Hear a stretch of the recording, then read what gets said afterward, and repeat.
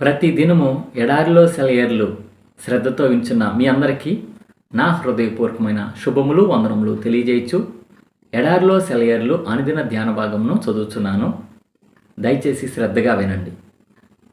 మార్చి నెల 19వ తారీఖు కొరకై ఏర్పాటు చేయబడిన ఎడారిలో సెలయేర్లు అనుదిన ధ్యాన భాగమును చదువుచున్నాను. వాక్య భాగము: ప్రియులారా, మిమ్మల్ని శోధించుటకు మీకు కలుగుచున్న అగ్ని వంటి మహాశ్రమను గూర్చి మీకేదో ఒక వింత సంభవించినట్లు ఆశ్చర్యపడకుడి. క్రీస్తు శ్రమలలో మీరు పాలివారై ఉన్నంతగా సంతోషించుడి. 1 పేతురు 4వ అధ్యాయము 12-13 వచనాలు ధ్యాన భాగమును చదువుచున్నాను. దావీదు వీణ శృతి కావాలంటే ఎన్నెన్నో లోటులు ఆయన సహించవలసి వచ్చింది. శ్రావ్యమైన స్వరమెత్తి కృతజ్ఞతాస్తుతులు చెల్లించే మనసు రావాలంటే ఎడారిలో ఎన్నో రోజులు వేచి ఉండాలి. ఇందువల్లనే ఈ లోకంలో కృంగిన హృదయాలను ఆహ్లాదపరచగలుగుతాము. మన తండ్రి ఇంటిని గొప్ప చేయగలుగుతాము. యెషయా కుమారుడు లోకారంభం నుండి ఎవరూ రాయలేనంత గొప్ప కీర్తనలు రాశాడంటే ఆయనకున్న యోగ్యత ఏమిటి? దుష్టులు చెలరేగినందువల్లనే దేవుని సహాయం కోసం అర్థింపు బయలువెడిలింది. దేవుని విశ్వాస్యతను గురించిన ఆశ ఆయన విమోచించిన తరువాత ఆయన కరుణాశీలతను ప్రస్తుతించే స్తుతిపాటగా పరిమళించింది. ప్రతి విచారము దావీదు వీణులో మరొక తీగ, ప్రతి విడిపింపు మరొక పాటకి ప్రాణం. బాధ తొలగిన ఒక పులకరింత, దక్కిన ఒక దీవెన, దాటిపోయిన ఒక కష్టం, గండం, ఇలా ఏ చిన్న అనుభవం దావీదుకి కలిగి ఉండకపోయినా ఈనాడు ఒక కీర్తన కూడా మనకు ఉండేది కాదు. దేవుని ప్రజల అనుభూతులకి అద్దం పట్టి ఆదరణ ఇచ్చే ఈ కీర్తనలు మనకి లేకపోవడం ఎంత నష్టమయ్యేది మనకి.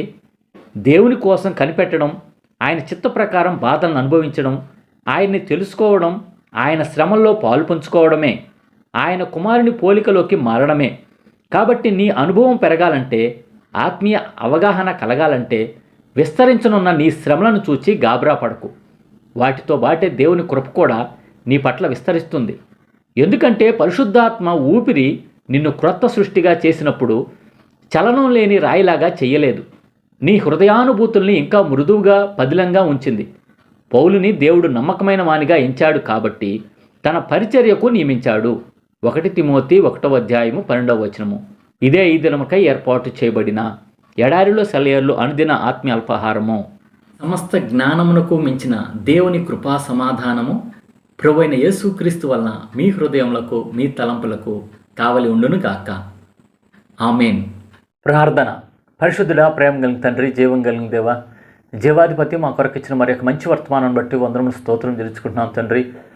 మా యొక్క ఆత్మీయ జీవితంలో అగ్ని లాంటి శ్రమలు సంభవించినప్పుడు మేమేమాత్రం కూడా ఆశ్చర్యపోకుండా కలవరపడకుండా తండ్రి వాటిని ధైర్యంగా ఎదుర్కొంటూ ప్రభువా ఆ యొక్క అనుభవాల్ని వేరే వాళ్ళకి పంచుకుంటూ తండ్రి వారిని ఆదరించడానికి, వారిని ఓదార్చడానికి సహాయం చేయమని వేడుకొంచున్నాం తండ్రి.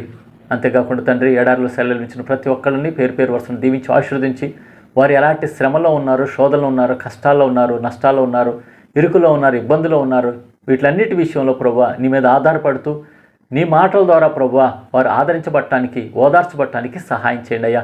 తద్వారా అనేకుల్ని వారు ఆదరించే వారికి ఉండటానికి సహాయం చేయమని వేడుకొంచు.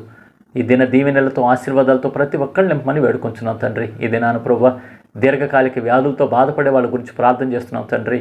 క్యాన్సర్తో బాధపడేవాళ్ళు, కిడ్నీ సంబంధిత వ్యాధులతో బాధపడేవాళ్ళు, ఊపిరితిత్తుల సంబంధిత వ్యాధులతో బాధపడేవాళ్ళు, నడు నొప్పితో బాధపడేవాళ్ళు, మోకాళ్ళ నొప్పులతో బాధపడే వాళ్ళ గురించి ప్రార్థన చేస్తున్నాం తండ్రి.